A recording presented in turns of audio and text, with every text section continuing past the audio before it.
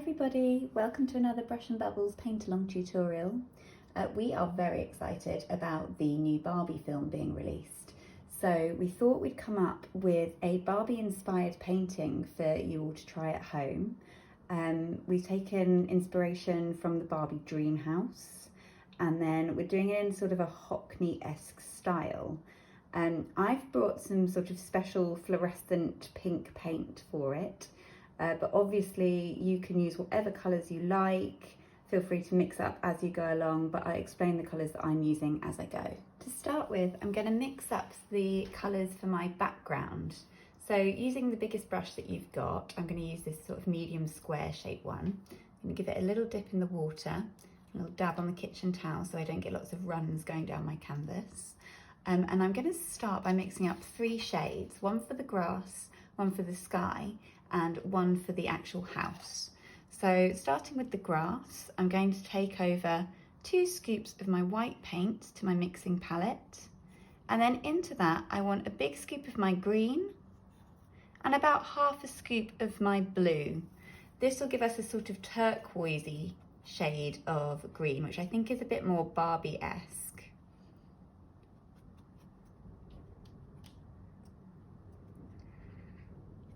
When mixing paint as well, you want to build the colour.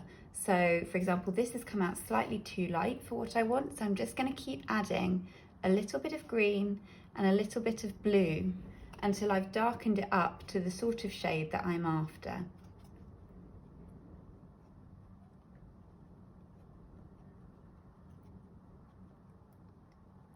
So that now feels about right for me, I'd say. It's just darkened it ever so slightly to make more of a turquoise and less of an aqua shade. I'm going to just mark off about 1/3 of the way up my canvas. I like to give myself little pointers so I don't sort of extend too far and then not have enough room for anything else. So I'm going to just sweep that on, covering up all my bits of white canvas. What's really nice if you are working on a canvas board like this is if you sort of wrap it around the edges. It just looks a bit more professional when it's finished if the sides and the bottoms are all covered as well. But we really want to just cover all of that white space, and you can relax into this bit. It's nice and therapeutic.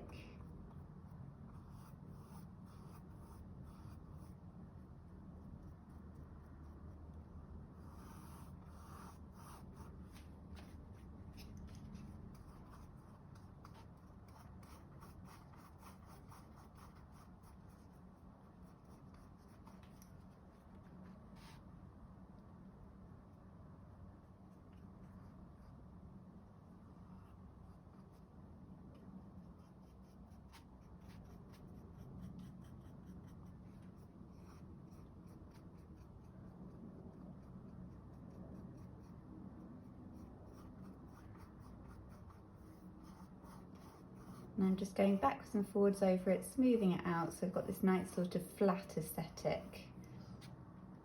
A lot of Barbie imagery, particularly the sort of old, more retro stuff, is quite graphic. So we want sort of flatter effect and some nice crisp lines. So these medium square brushes are good because if you press the bristles down flat into the canvas and drag them along, they should give you a nice crisp line to work from, like so. It gets rid of these sort of scratchy edges.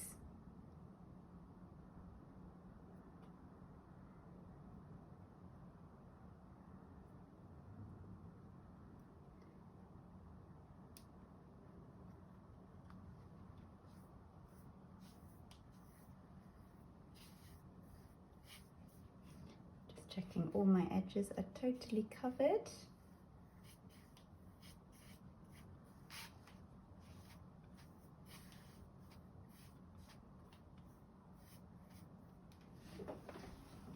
I'm now going to mix up the colour for my sky. I don't actually want to wash this sort of green shade off my brush because I think it's nice if the sky has a sort of hint of the green in there as well. But I'm just going to take a scoop of my white paint, maybe 2 scoops actually, just because we want a nice light sky, over to my mixing palette, and a scoop of blue. And I'm going to mix that together along with the green that's already on my brush. And we should get this nice light sky blue appearing.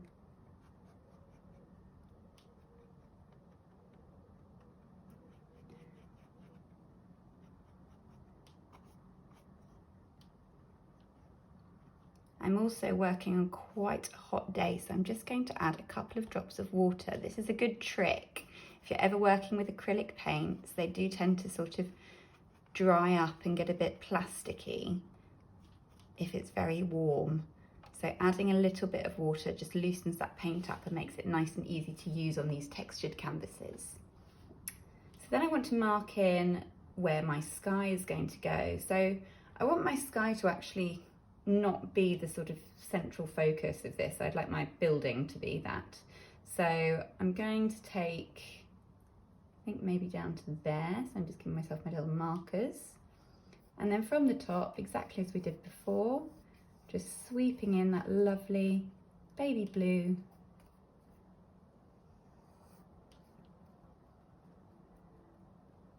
Making sure I do cover my sides.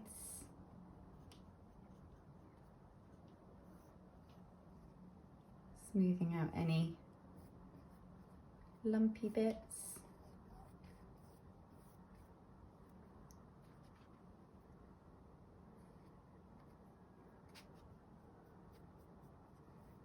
And just covering up all that white canvas.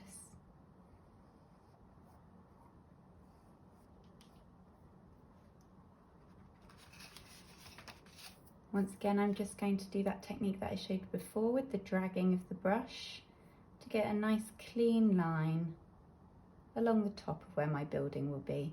We will go over this with the building colour, but it's just a good idea to have that guideline in for yourself first. And I'm going to wrap it round along the top.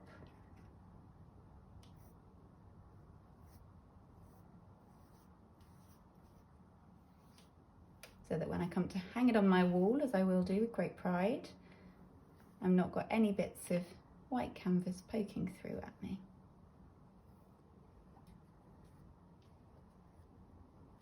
And there we go. The other nice thing you can do if you feel like it, maybe you have a completely blank blue sky, but if you did want a few sort of touches of cloud, you can just pick up very tiny bits, like really just dab the end of your paintbrush into your pure white. And because the paint is underneath it is wet, you should be able to just stripe in a few sorts of hints of clouds, and that should just blend very seamlessly with the blue underneath.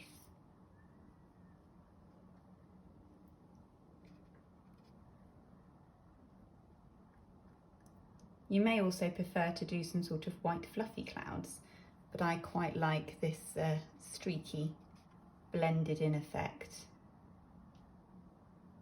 It's a bit more subtle.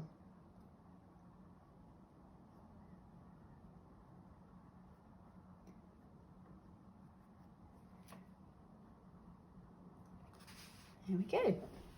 So now we come to the basis for the dream house itself. I want to get rid of all that sort of green and blue that's on my brush, so I'm going to give it a wash in the water pot. Good tap on the base of the pot just to lift up all that paint, make sure we've got no blue left on there. And then giving it a good dry on my kitchen towel so that it's A, not waterlogged, and B, really checking you've got rid of all of that blue. So it's up to you what colour you want your dream house to be.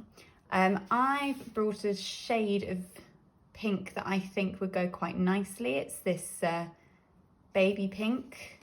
I think it's called a light magenta. But you can also mix this up by using pink and white or red and white.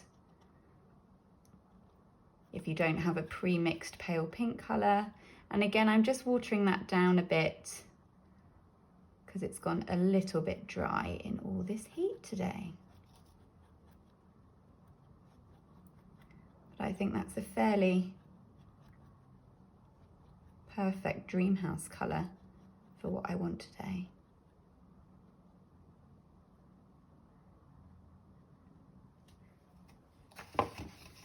I'm going to leave a little gap at the top just in case my blue's not dry yet.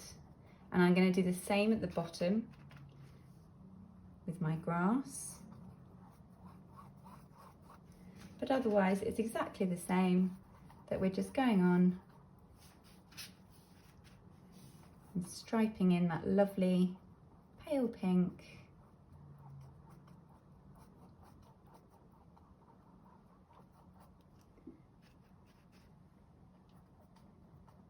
Really working that into the canvas.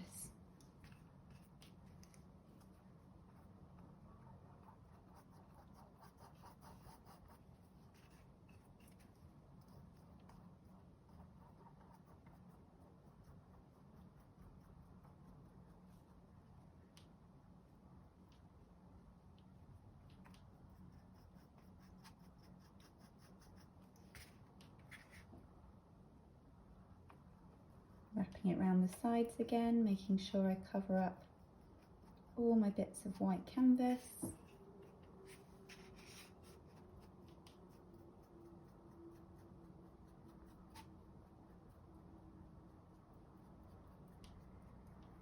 Sort of the colour of strawberry ice cream, I would say. And then I'm going to start by doing this drag technique along the bottom because that's likely to have dried first.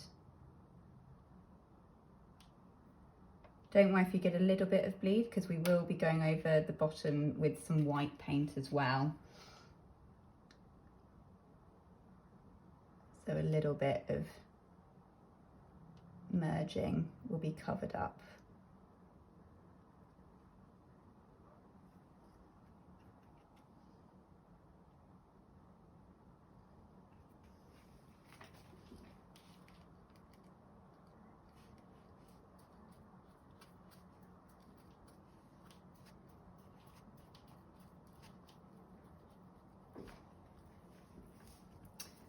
And then the same along the top.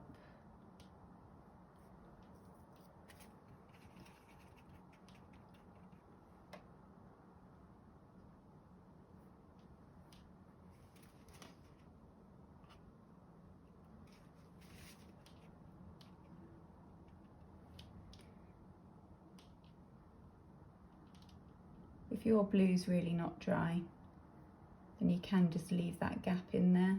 Because as I said, we are going to be covering it up, but I just think it helps, if you can, to bring it up as much to meet that as possible. And then we have our 3 background tones ready to build on. And I want to give my background a little bit of a chance to dry before I start going in with more details. So I'm just going to spend a moment mixing up the colour for my pool. So the pool is sort of an amalgamation of these two, but if, like me, your colours have completely dried up, we need to mix up a new colour. So I'm going to take over a scoop of white paint, a big scoop of blue, and a big scoop of green. So this should come out as a sort of much richer turquoise shade than our grass, much more bluey, and quite different to our sky as well. I'm going to add in another scoop of blue and another scoop of white, just to make sure it really does stand out as being quite different from the grass around it.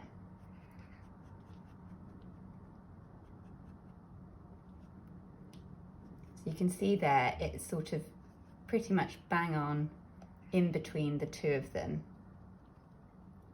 If you did want to make yours more of a blue, you could add in some more blue, which actually I might do just another scooch just to make it a little bit richer.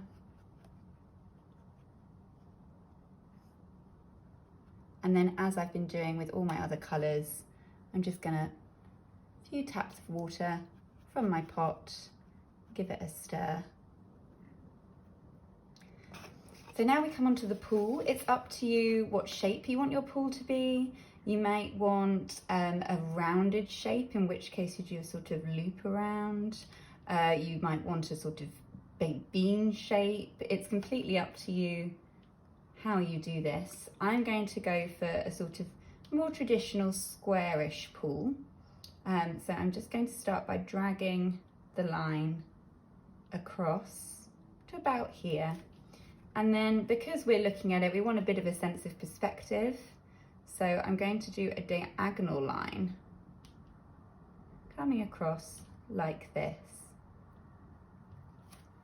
And then I'm just going to fill that in.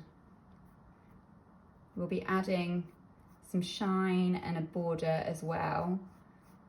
So don't worry if it looks a little bit strange at the moment. I'm just trying to smooth out all those sort of lumps and bumps. It doesn't matter if a little bit of the green shows through underneath. In fact, that's quite nice. And again, I'm just wrapping that around the corners of my canvas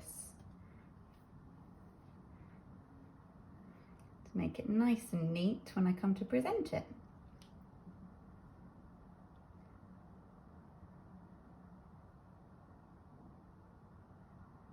Obviously, feel free to change brushes to a smaller brush if you want to get into that sort of corner detail a bit better. Brushes are a bit of a personal preference with everybody, so it's worth sort of thinking about what works for you. But there's my little corner of pool.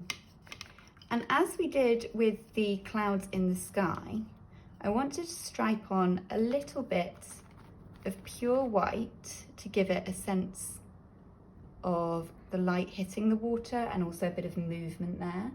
So I'm just going in, I've got a bit too much white on my thing there, and just striping in a few areas of shine. And the more you brush it into the colour underneath, the more it will blend in and look sort of natural. So if you do, like I did, go on with a bit too much initially, just keep going over the top. You see that starts to look a bit like it's got some movement. I've stayed away from the edges because they would naturally be a bit darker.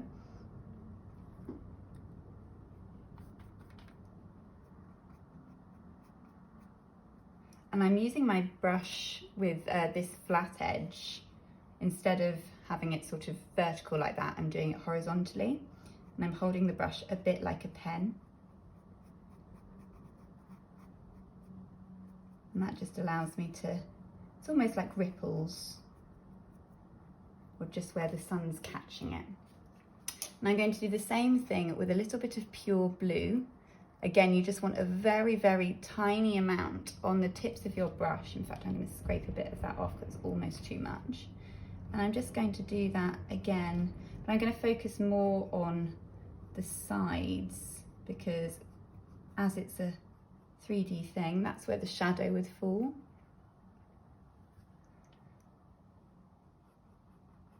So just striping that in around the sides, giving it a bit of a sense of depth.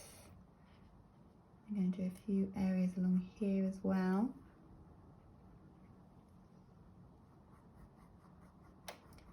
Striping that in like so. It's almost like I'm sweeping it onto the canvas. It's not much of a shadow, it just gives it a little bit of something, a little bit of pop. And I might do a couple of areas in the sort of main body of water as well. It's nice if it sort of reflects the sky a little bit, I think, by having that stripy effect.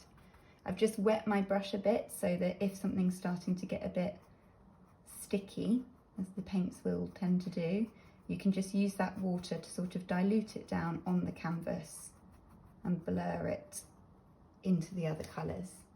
So there we have my water for my pool. Now that I'm sure my sky is completely set, I'm actually going to go over that top line just to give it a really crisp edge and make sure that it looks like the top of the building.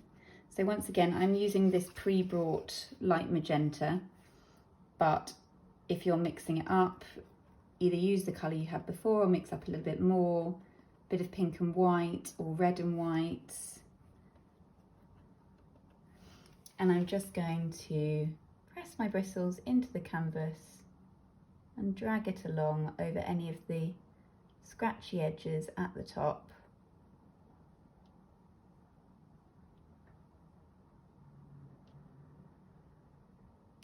So it looks like the sky is disappearing behind the building.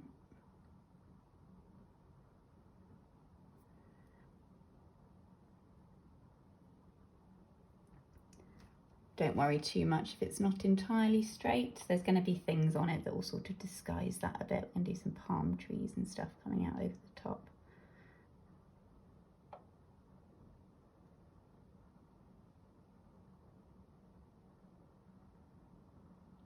But we just want a nice crisp edge, like so. We're now going to go on with some white detailing for the dream house. I'm going to start with this and then maybe switch to one of the other brushes in a while. And I'm just going to pick up some of the pure white from my palette. I always like to stir it up a bit first so that I get a nice coating, but you might just want to go straight in. And I'm first of all going to redefine this bottom area. So like we've just done with the top in the pink, we're going to do the bottom in the white. And you can just follow along the line in between your pink and your green. Don't worry if it's a bit see-through, you can go over it a few times. But just very slowly, very carefully, dragging that along, creating a kind of step, I suppose, or a border, like a skirting board.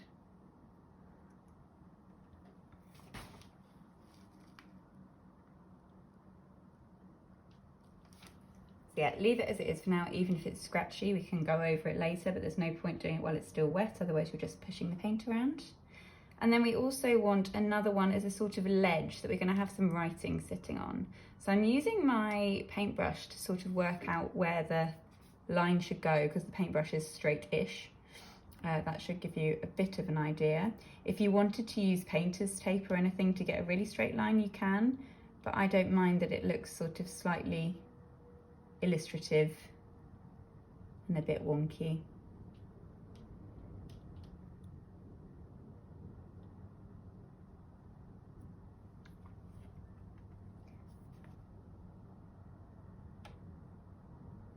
Again, we'll do a few coats of this, so don't worry if it's not very solid at first.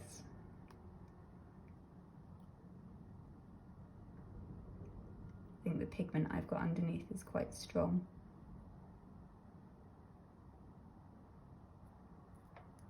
So there's my second ledge. Next, I want to get in a couple of support beams between my two ledges. There's a few different ways you could do this. So you could either use your small brush or a really pointy one, or you can try and use this end of bristles. I'm going to give that a go. And if not, I'll change over to one of my smaller ones. I'm going to place my first sort of pillar here. That's given me quite a straight line, so that's good to know. And then I'm going to do my second one here. You can do yours wherever you like, obviously.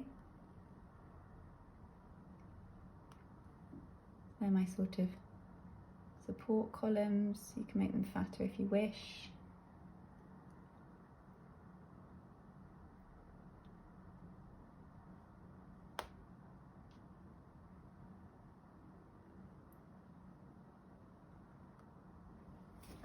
And again, I'll probably do a couple of layers of them too, just so that they're really nice and bright whites eventually. I'm also going to add in, I'm going to have this sort of window here. So I'm going to add in my frame for it.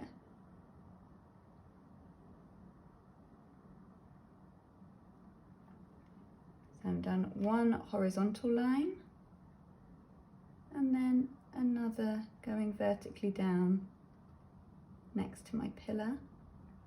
And these are going to be the sort of sliding doors that you'd get in and out of the dream house to go to the pool in.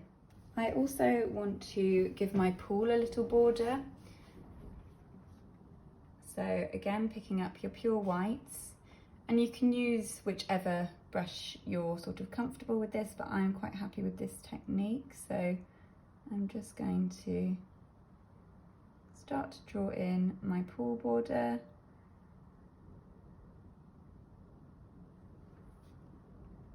I've started with quite a thin line and then I'm going to widen it up.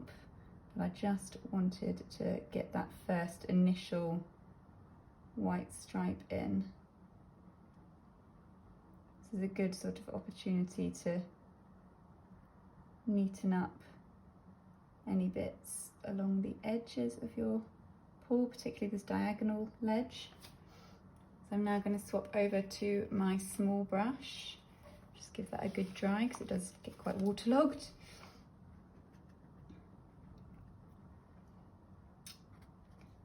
And I'm going to flatten that up.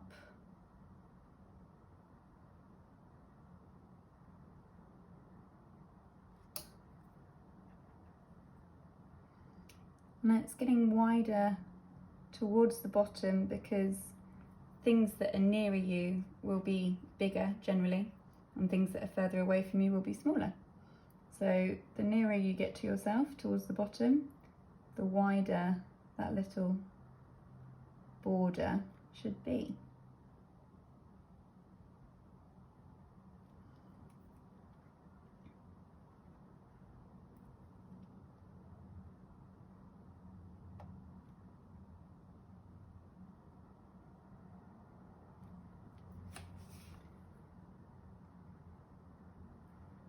And then with that philosophy in mind, sorry, just loosening my paint up with a bit of water there.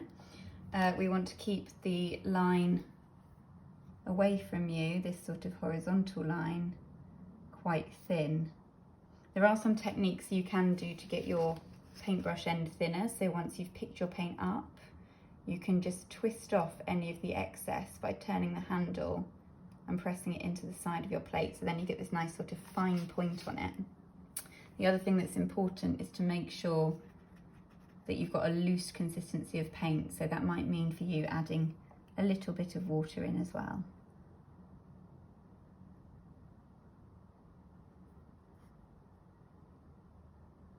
Try not to dip my hand into my horizontal line, always interesting.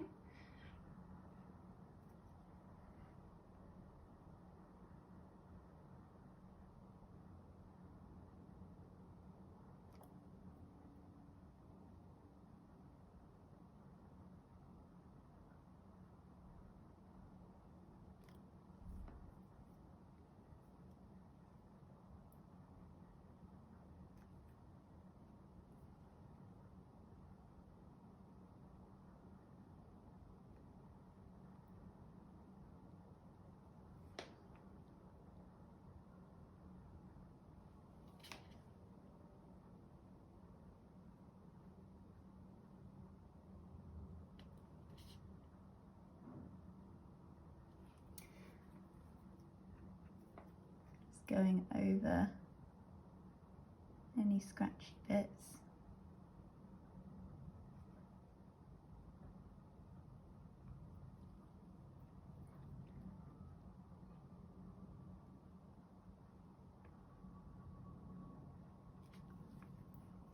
Making sure I get a nice point on the corner of my swimming pool. So your white parts on your dream house should now be a bit drier, so we can do our second coat. I'm going to stick with my little brush just to do these poles.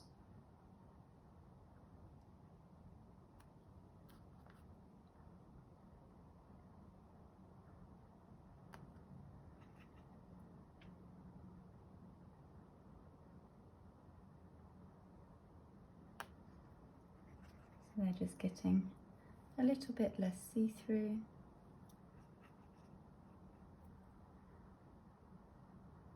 A little bit neater.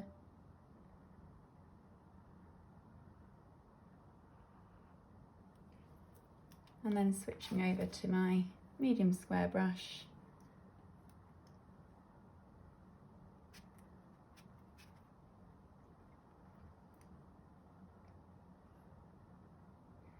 just give that another coat as well.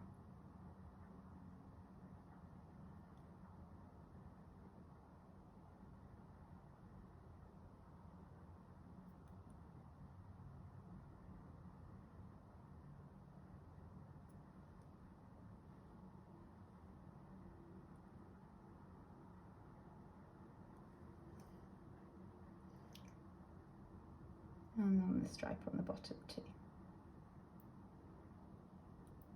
So obviously if you still want your white even stronger against your pink, you can do this a third time, but just let it dry for a bit in between.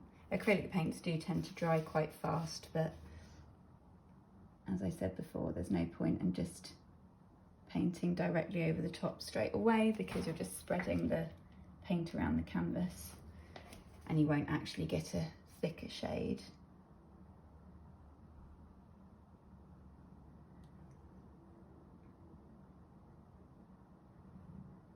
But I think that's probably fine for me.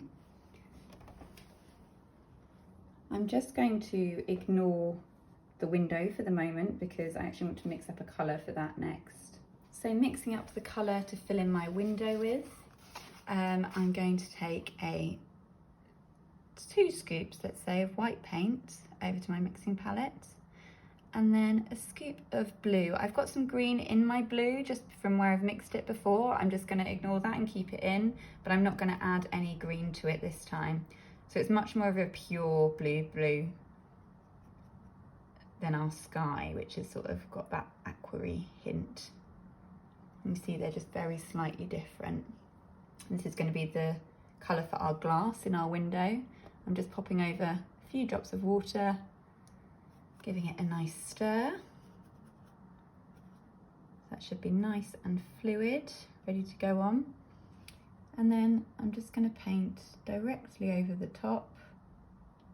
Again, it's fine, I think, if a bit of pink shows through, because remember this is glass that we're painting. And I imagine the interior of Barbie's house is also quite pink. So I'm just sweeping that on.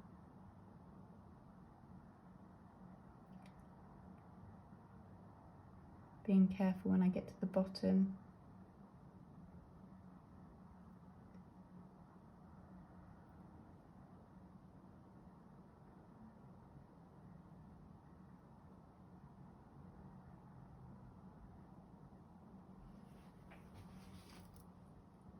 Wrapping it around the sides.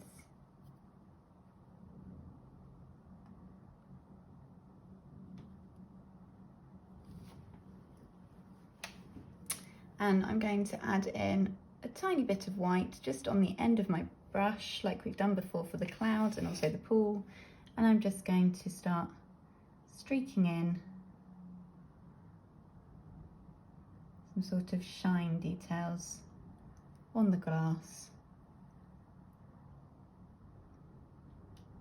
Blending it in with that blue underneath. Just using these sort of very short, quite choppy motions.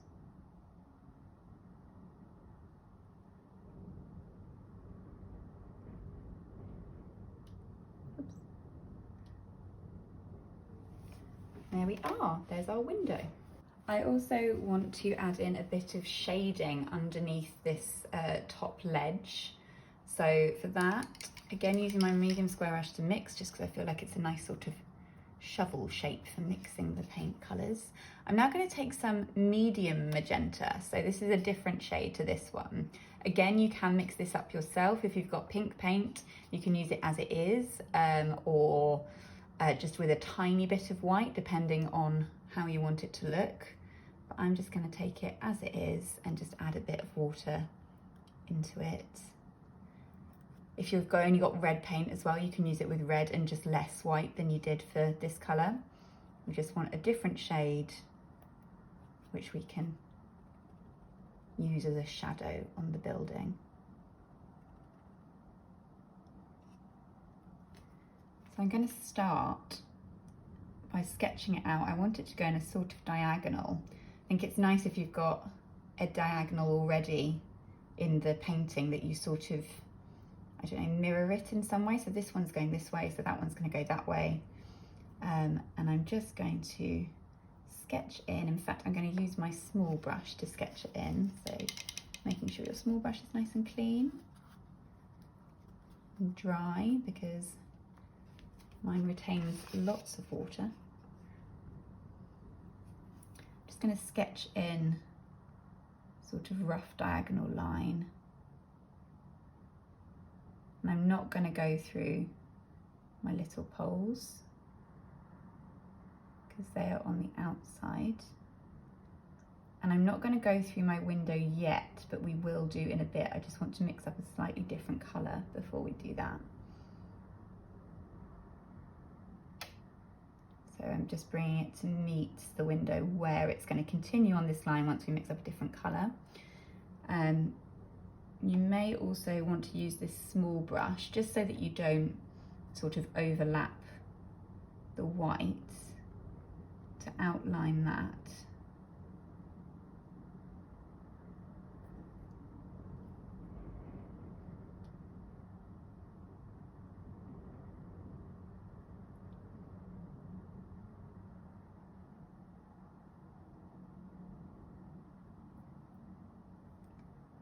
So it's just sort of like a safety line for you, not to overlap.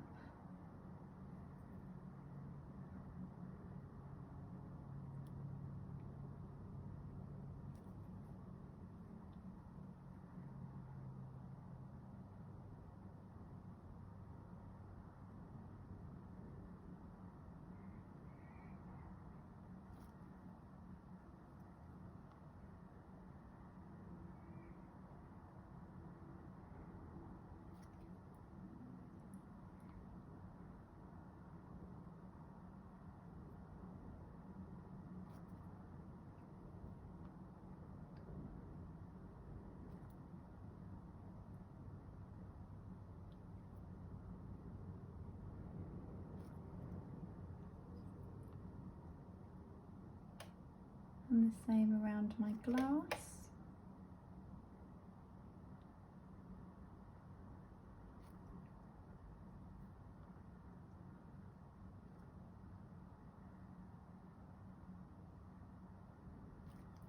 Then I'm going to switch over to this nice brush, give it a good dry so it's not all waterlogged. And with that same mid magenta shade, I'm just going to fill in all the bits in between those lines.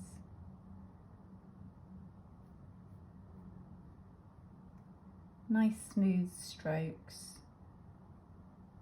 keeping with that sort of flat graphic aesthetic that we're trying to emulate from some early Barbie artwork.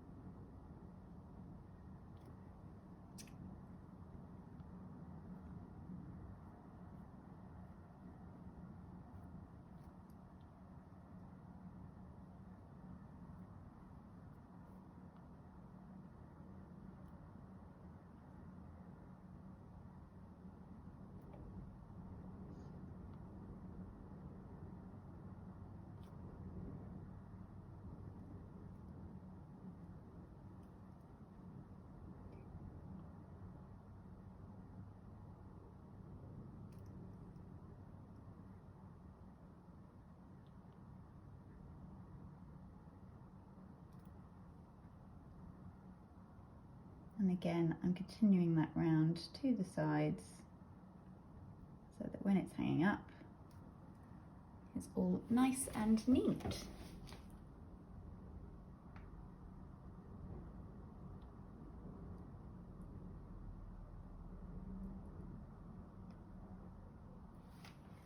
So that's my first part of my shadow. For the bit that's going to continue on through the window, I'm going to just take a little bit of blue paint into my magenta colour and give it a mix. And I also want a little bit of white paint.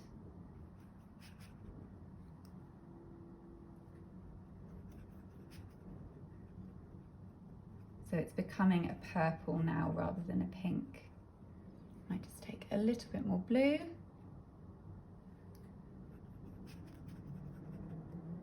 And a little bit more white.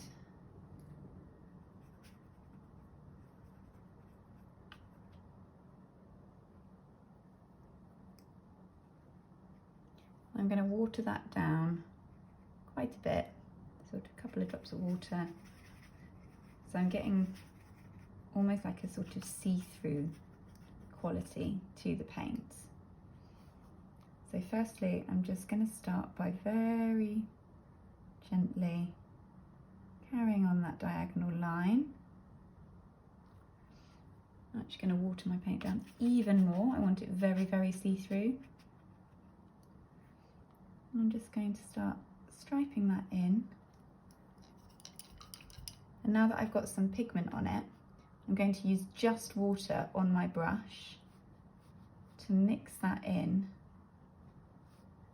over that top section of my window. So I'm losing that very solid line and just creating an idea of shadow that goes on into the glass. And a bit like before, that the more you sort of go over it and blend it, the more convincing the blend will be.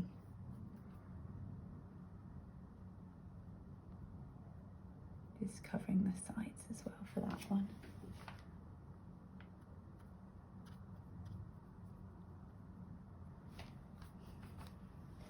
So there we have it, my shadow that goes all the way across. I also, with my newly made up purple tone, want to add in a tiny bit of shadow just along this horizontal line on the top of the pool. So I'm going underneath my white line,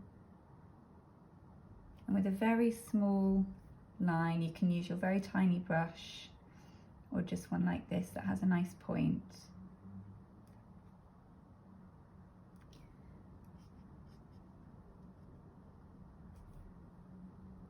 Just using that purple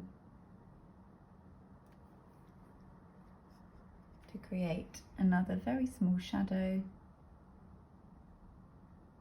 between the rim and the pool and the water itself.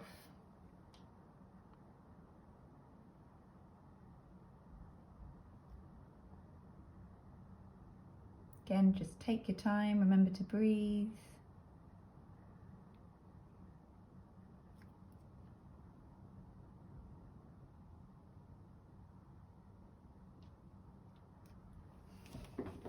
And it just gives it ever so slightly more depth as well. The other thing you can do, if you wish, is to put in sort of tiles along the diagonal line. So again, with this purple that we've made up, I'm just going to do horizontal lines to make tiles along the sides. And because things are sort of larger when they're nearer you, they're going to start off fatter down the bottom and then get slowly closer together as they get further away from you or further up your line.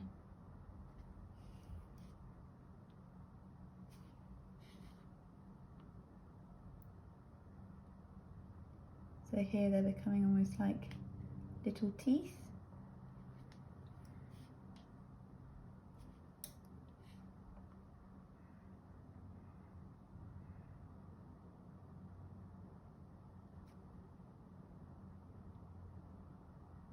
And here they're getting even smaller.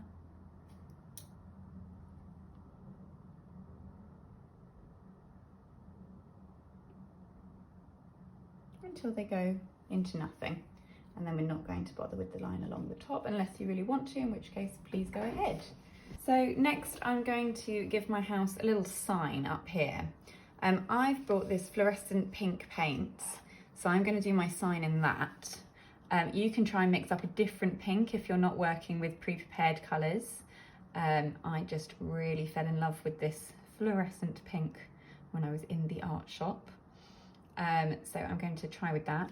Your sign can say anything you want. It can say your name, it can say dream house, it can say anything you like. My sign is going to say Barbie, but I'm not going to attempt the sort of Barbie lettering because I feel like that will be just a bit too much. So I'm just going to do nice block capitals. And I think even if you don't get the full word in, it's sort of nice to give it an idea. And I'm going to have it sitting on top of this ledge here.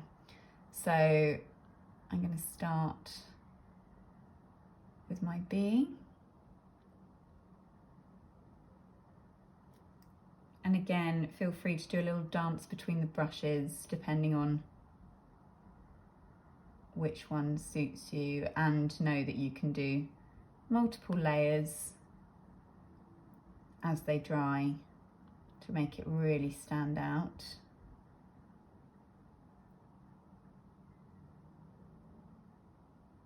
However you're putting it on, because it's a sign, I like the idea that the letters should all be sort of roughly the same size.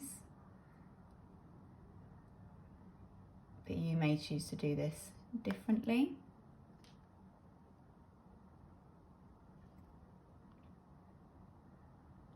So because this fluorescent pink, lovely as it is a little bit see-through, I will do a few layers of this sign, but I'm going to wait for it to dry in between. But this is my first layer of my signage. And again, just go slow, remember to breathe.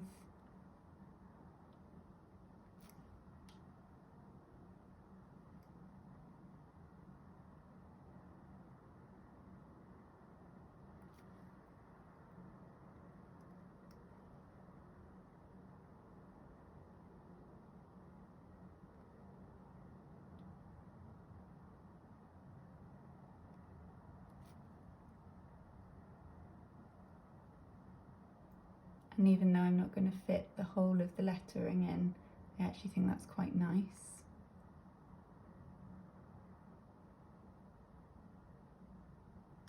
I'm going to have it wrapping around the sides, as I've spent such a long time reminding you all to colour your sides in. We may as well make full use of them.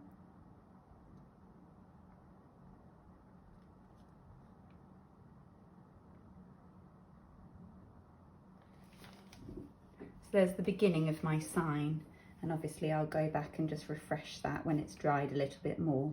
So now I'm just going to add in some palm trees, just give it a little bit more detail. So I'm going to mix up the colours with my medium square brush just because it's good for scooping.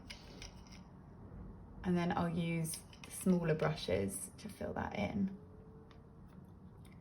So first of all, I want to mix up the brown for the trunk. Feels a bit odd doing a brown having just worked in pastels and pinks and all that sort of colour shade, but here we go. So I want a light brown, so I'm just going to first of all take over a scoop of white and then a very, very tiny amount of black paint. It has a very strong pigment, so you just want like the corner of your brush dipped into it, and I'm going to mix that together and it should give me a nice light grey.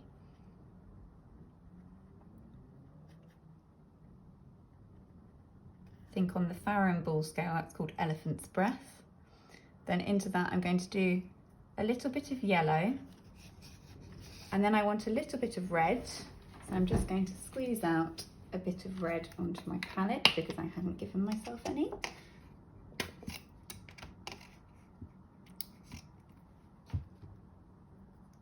So a little bit of yellow, a little bit of red, and this is another one where you're going to have to build the shade because it won't come out exactly the right shade straight away.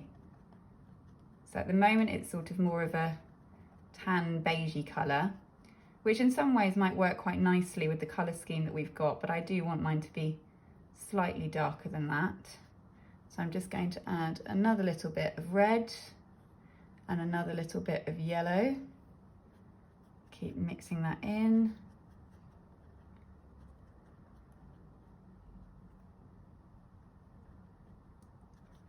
And then I might decide to darken that up even more. So I'm just going to do another tiny, tiny corner of black, just like so.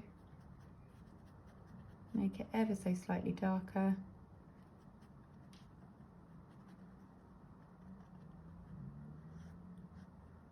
And then a bit more red.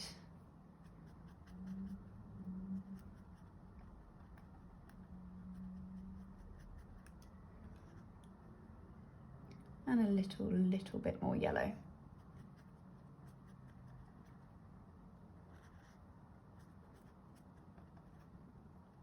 And then I've got quite a nice brown emerging. Obviously, if you want it darker, just keep going with the building of the pigments. I'm going to add a little bit of water into mine. Keep it nice and loose.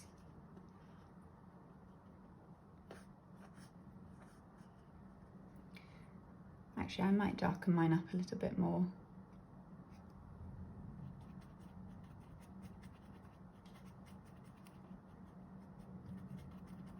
Just so that it stands out from the background ever so slightly more than it is at the moment. But it's better to start lighter and then get darker, because it's much easier to darken something than to lighten it.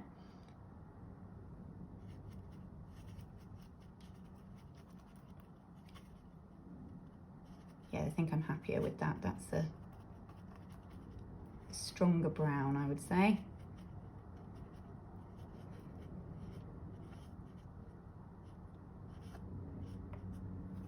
Yeah. So now I'm going over to my small brush, just making sure it's nice and clean, nice and dry around the handle. And then I want to start by drawing in my stalks for my palm trees. So my palm tree, my first one, is going to come from on top of this veranda, as I'm now calling it. So I'm just going to start very slowly, very carefully, dragging that up.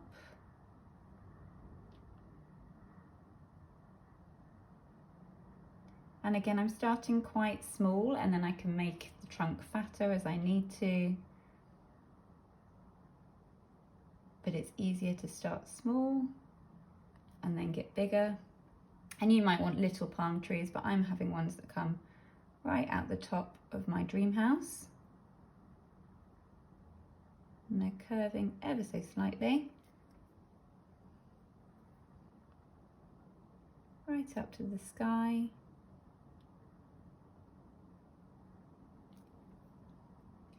And then I'm just bringing that down, fleshing it out, making it fatter.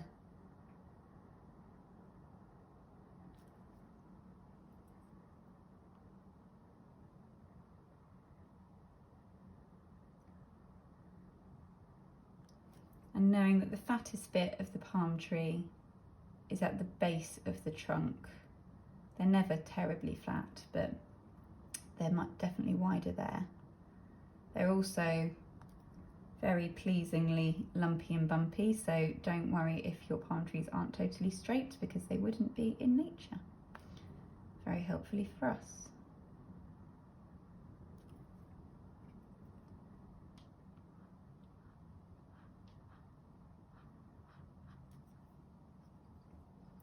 I'm just filling that in. Obviously, if you've got a pre-mixed brown, you can just use that to maybe lighten it up with a little bit of white paint, so it's not dramatically different to the sort of more pastel-y tones that you've put on. And then going to just second palm tree, coming out from the same place, but maybe just slightly smaller.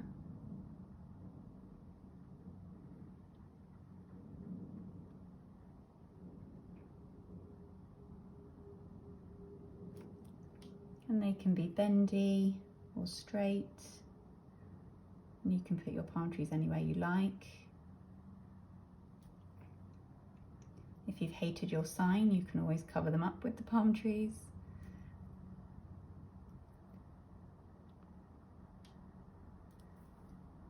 paint's getting a little bit scratchy and dry now, so I'm just adding a little bit more water in.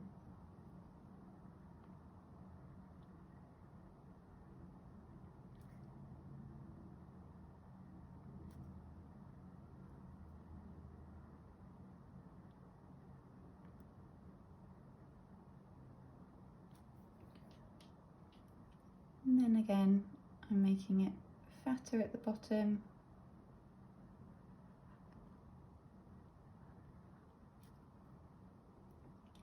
Filling that in.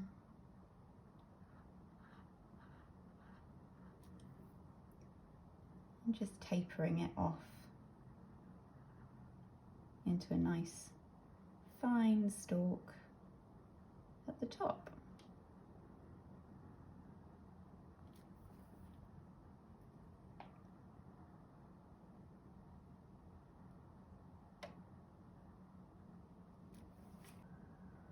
Now I want to mix up the colour for my palm tree leaves. I'm going to use my medium square brush for mixing again, so just washing all that brown colour off, giving it a good bash on the bottom of the pot. Nice dry on the kitchen towel.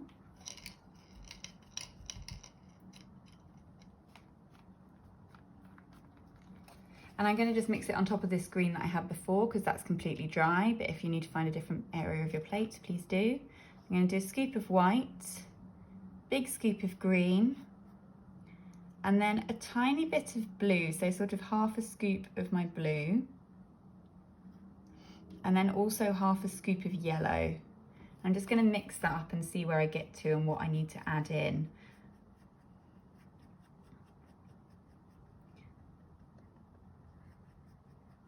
So this is a much more sort of green than the turquoise that we used for the grass. It's like a sort of appley colour, I suppose. And again, I'm just adding a little bit of water into it because mine's quite sticky.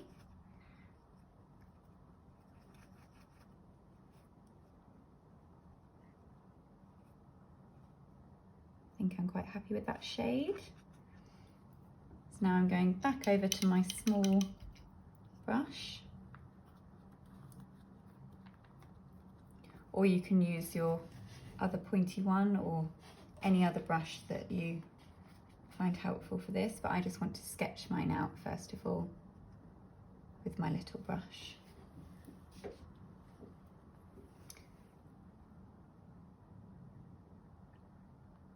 I'm going to start with the central leaf that just sticks up like this, and then the other leaves are going to be sort of bowed over because of gravity, and they're going to appear slightly larger. So it's a bit like a wonky star or a wonky starfish.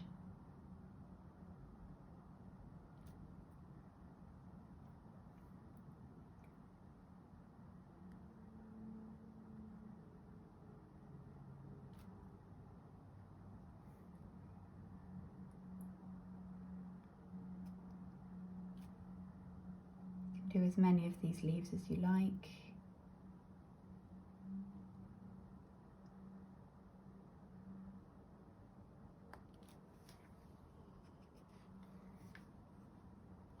And keeping with that sort of poppy aesthetic.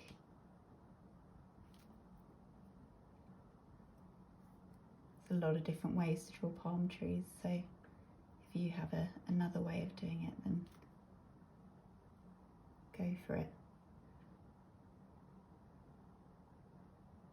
I'm just sticking with the sort of starfish effect.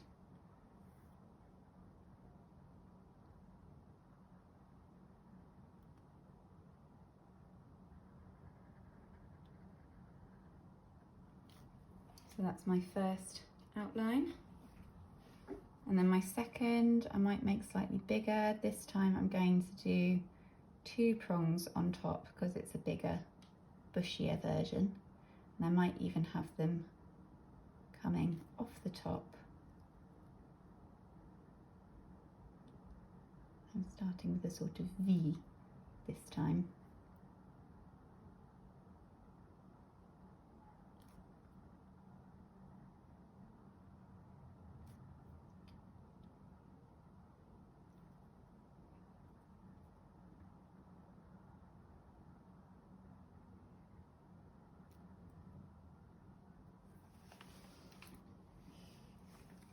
and then having them bend down and around. I don't mind if they sort of knock into each other a little bit.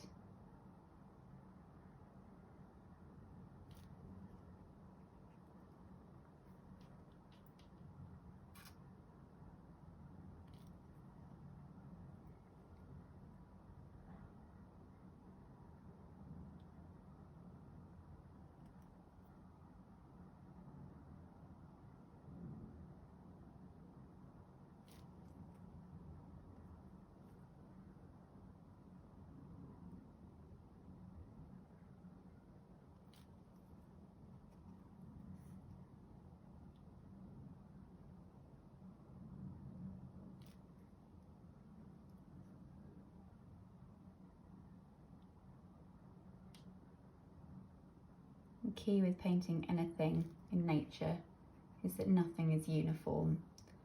So have some big leaves, some small leaves, some thin, some fat. And even though it's sort of a very stylized, simplified version of a palm tree, it will still help it look like what it's meant to be. Just carrying them on around the sides.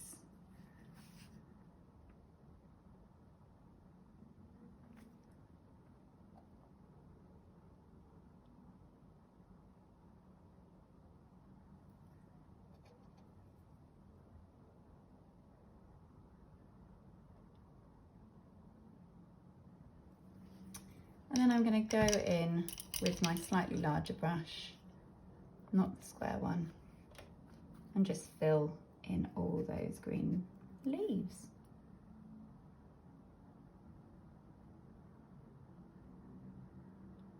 Be nice and thick with the paint here because we want to cover up all the bits underneath. They should all be nice and dry. That shouldn't be too much of an issue.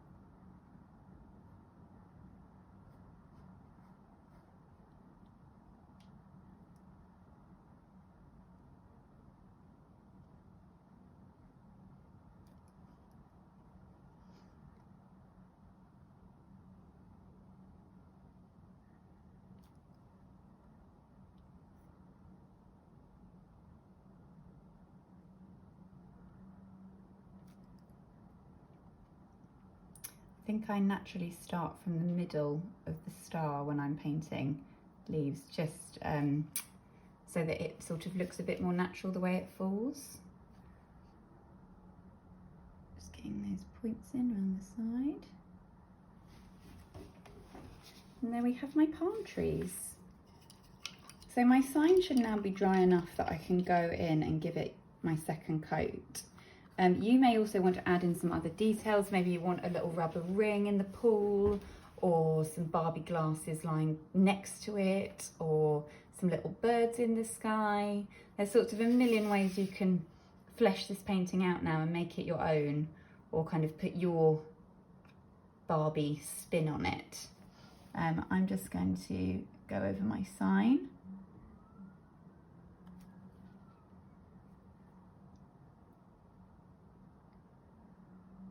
You could even have a little slide coming off the roof into the pool. I know that's very typically dream house, isn't it? It's what we all wanted as children.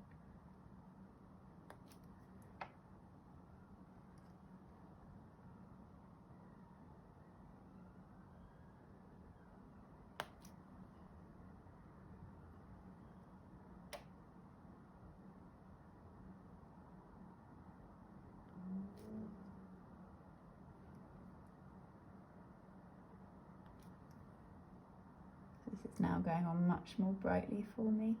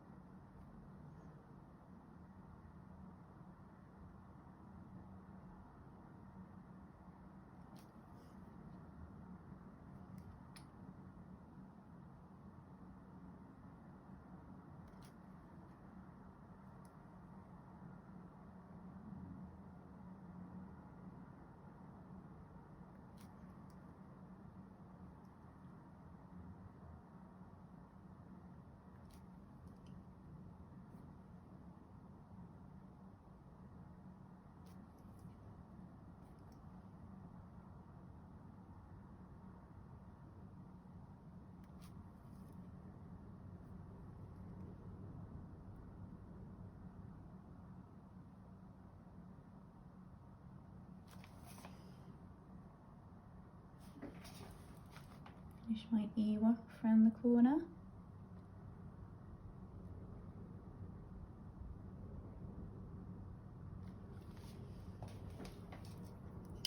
And there we have it.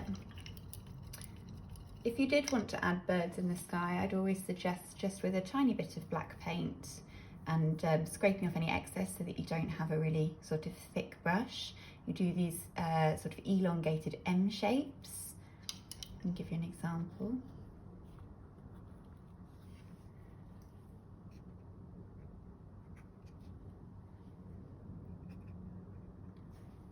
So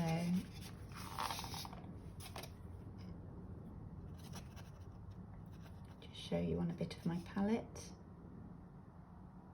Got this elongated M for a bird, or you can even do little V's. And that might be quite nice, sort of flying away in the sky. Or you could do a little rubber ring or a lilo. You may want to, whatever colour you do on top of the pool, because the pigment's strong, add in some white to whatever colour you're using. And then it should stand on top of the pool colour very well. Similarly, if you're putting anything on the grass, you could do that. But for me, I think that's it. Thank you very, very much for joining me today and doing my nice simplified pop art-esque David Hockney inspired Barbie painting. I would very much like to go and play in my dream house now. So thank you very much. Please do send us pictures if you're copying along with me. Show me all your alterations to the house. And we look forward to seeing you next time. Thank you. Bye.